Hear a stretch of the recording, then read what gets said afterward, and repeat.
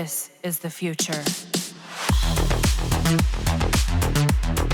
Now I know most of you don't like Necromesh, or what I often call corn bots in the game, but to be honest with all of you, I was pretty excited when Digital Extremes announced that there will be mesh fights in Warframe. I have been a huge fan of the Gundam series, and a big fanatic about sci-fi games for a very long time now.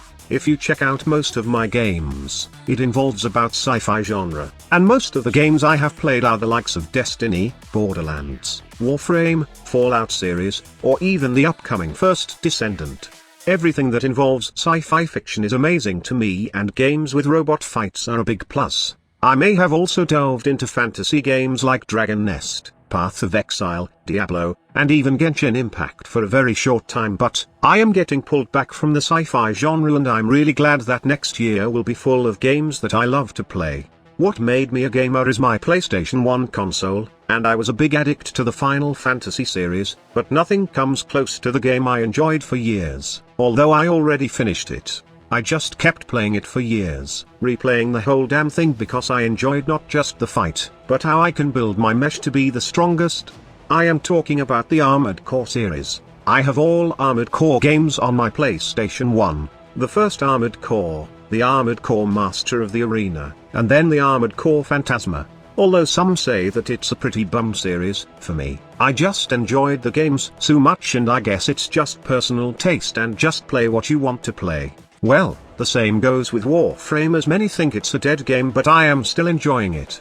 I'm just kind of sad that I didn't get to enjoy the next generations of Armored Core after the PlayStation 1, since I don't have enough money back then to buy the next gen console, and I don't have the freaking option to re-download an emulator over and over again since I was just playing in computer shops. Normally, they have this software called Deep Freeze, wherein every download and change you made on the computer gets wiped out after restarting the system. And also, USBs were not a thing in my area back then, as it was very expensive for me. The only way to save files is through a diskette drive, which, if you have experienced using it, can only save up Words files, as it can only hold 1.44 MB maximum.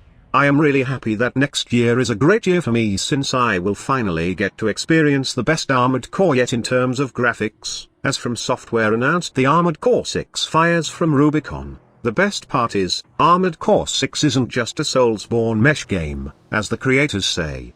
Sekiro: Shadows Die Twice director Masaru Yamamura is helming the new Armored Core, and that the samurai action game and Armored Core 6 share the same essence of battle, such as aggressive, speed change and action-oriented fighting. Players will break enemy mesh's posture, he said, letting them strike with critical hits.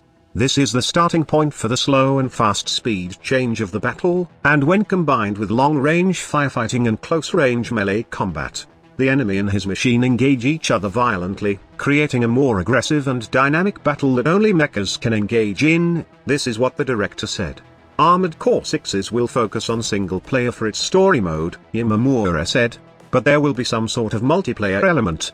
The developer, From Software, also revealed that the game will have an emphasis on rich single player, and the game's story mode will not offer co-op. Players will still have a chance to compete against friends. However, as the title will feature a PvP battle arena, players will be able to battle one another using custom-tuned meshes, and they will also be able to tune things like weapons, fuel efficiency, and their boosters, and I can't wait to finally get my hands on this game. Currently, there's no announced exact release date for the 6th installment of Armored Core, but I'm pretty sure that this will be a kicker. Well, no puns intended, as eventually, this will also be a super challenging game, knowing that it is being developed by the creators of Sekiro. It will kick some sorry asses. Now, before we end this video, I would like to ask you a very interesting question.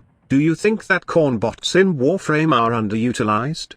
Corn bots in Warframe are just used in Railjack missions, the open world, and the newest Conjunction survival missions. And the thing is, there's a time limit on the usage of these meshs. If not against time, then corn bots get easily destroyed, especially in high-level missions. They don't have that option to survive well against hard-hitting enemies, just like what we have in our Warframes. Well, underutilized is a nice word to say, since not all corn bots are helpful in the game. If we talk about corn bots here, we talk about Void Rig most of the time being broken and can deal massive damage to Steel Path enemies and as well to Steel Path Eidolons. However, it can't survive well though. It got all the offense but no defense at all.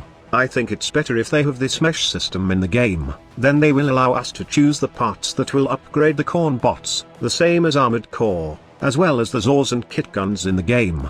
This is just my opinion though, and I think some of you would agree that it would be more interesting if the corn bots can be upgraded, and utilized in actual boss fights, not just mini bosses like the corn bots and Eidolons. What do you guys think about this idea? Let me know in the comments section below. Thank you so much for watching. Squad Leader signing off.